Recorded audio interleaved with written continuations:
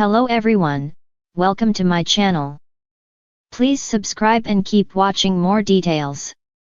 Hope breaks down after an emotional conversation with Douglas and Thomas says farewell. In Forrester's dressing area, a shaken Hope updates Brooke on the situation with Thomas. Brooke feels that some things just aren't meant to be, but admits she's shocked Thomas seemed so devoted to her. He was dead set on having a life with her for years now. Hope thought she could count on him too, that he would always be there for her, but now he's abandoning her and what they share. She grits her teeth over not saying yes. I just wasn't ready. Hope wanted him in her life though, and now that's not going to happen thanks to Steffi. She just couldn't help herself. Thomas wouldn't be doing this if not for Steffi. She poisoned him against me. Brooke's spoken to Steffi and has to say she doesn't disagree with Hope. She definitely stuck her nose in and did whatever it took to undermine her relationship Thomas. She claims she's being a protective sister. Hope calls that bull she played the Forrester vs. Logan card. They agree that Douglas won't take this well. Just then, the boy walks in. Hope wipes her tears and tells him they have some things they need to talk about. Brooke gives them space. Hope tells Douglas she's going to reach out to his dad, but the boy says he already knows she turned down his proposal. He's not the only one who got his hopes up. In the main office, Thomas talks to Steffi and Ridge about his decision regarding Hope.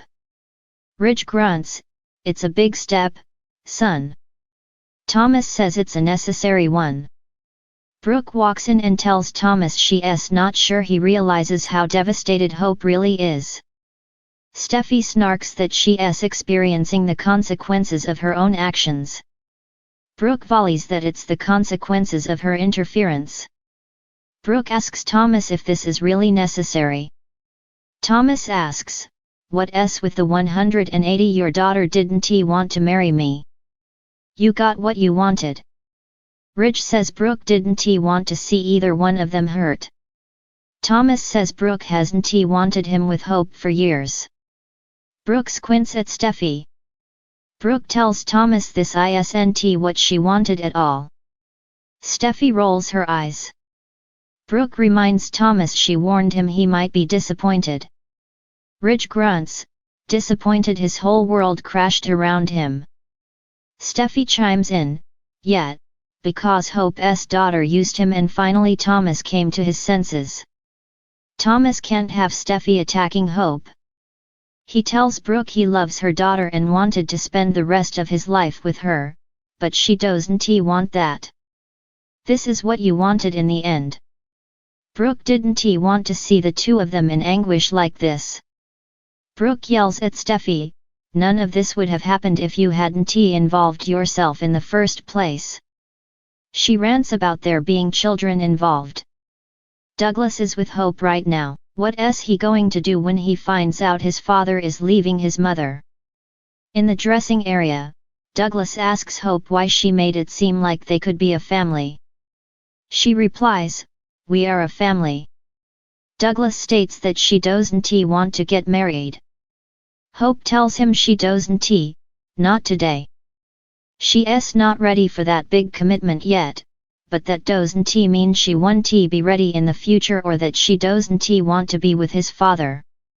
Douglas feels she doesn't love Dad enough to make them a real family. "Why aren't we good enough? You don't love us enough." Hope stood in the dimly lit room, her heart heavy with emotions she couldn't quite articulate. The conversation with Douglas had left her feeling raw, exposed to the elements of her own vulnerability. She gazed out of the window, watching the raindrops trickle down the glass like tears shed in secret. Douglas had always been her rock, her anchor in the stormy seas of life.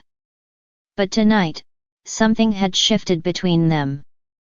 Words had been spoken, wounds reopened, and now a chasm seemed to yawn between them, too vast to bridge with mere apologies. She replayed the conversation in her mind, each word a dagger to her soul. They had started with good intentions, hoping to clear the air and mend the frayed edges of their relationship. But as the minutes ticked by, tensions rose like a brewing storm until the dam burst, and emotions flooded the space between them. She remembered the hurt in Douglas's eyes, the way his voice cracked with restrained emotion. And she remembered her own words, sharp and cutting, leaving scars on the tender flesh of their bond. As she stood there, lost in thought, a knock on the door startled her from her reverie. It was Thomas, his expression grave and solemn. "Hope, we need to talk," he said, his voice tinged with sadness. Hope nodded silently, inviting him into the room. She knew what was coming, could feel it in the air like the calm before a storm. Thomas took a seat opposite her, his hands clasped tightly in his lap. He seemed to struggle for words, as if the weight of what he had to say was too heavy to bear. "I've been offered a job," he began, his gaze fixed on the floor. "It's in another city, far away from here." Hope felt a lump form in her throat, her heart constricting with a sudden surge of panic. Thomas had been her confidant, her pillar of strength in times of need. The mere thought of him leaving sent waves of loneliness crashing over her like a relentless tide. "I don't know what to say," she whispered, her voice barely audible above the din of her racing thoughts. Thomas reached out and took her hand in his touch warm and reassuring. "I understand if you're upset," he said softly. "But this is an opportunity I can't pass up. And besides, I think it's time for a fresh start." Hope nodded, blinking back the tears that threatened to spill over. She knew he was right, that clinging to the past would only hold them back from embracing the future. But the thought of saying goodbye tore at her heartstrings, leaving her feeling adrift in a sea of uncertainty. And as she watched Thomas disappear into the night, his figure fading into the distance like a distant memory, she knew that no matter what the future held, she would always carry a piece of him in her heart. For in the end, it wasn't the words we said that mattered, but the love we shared that truly endured.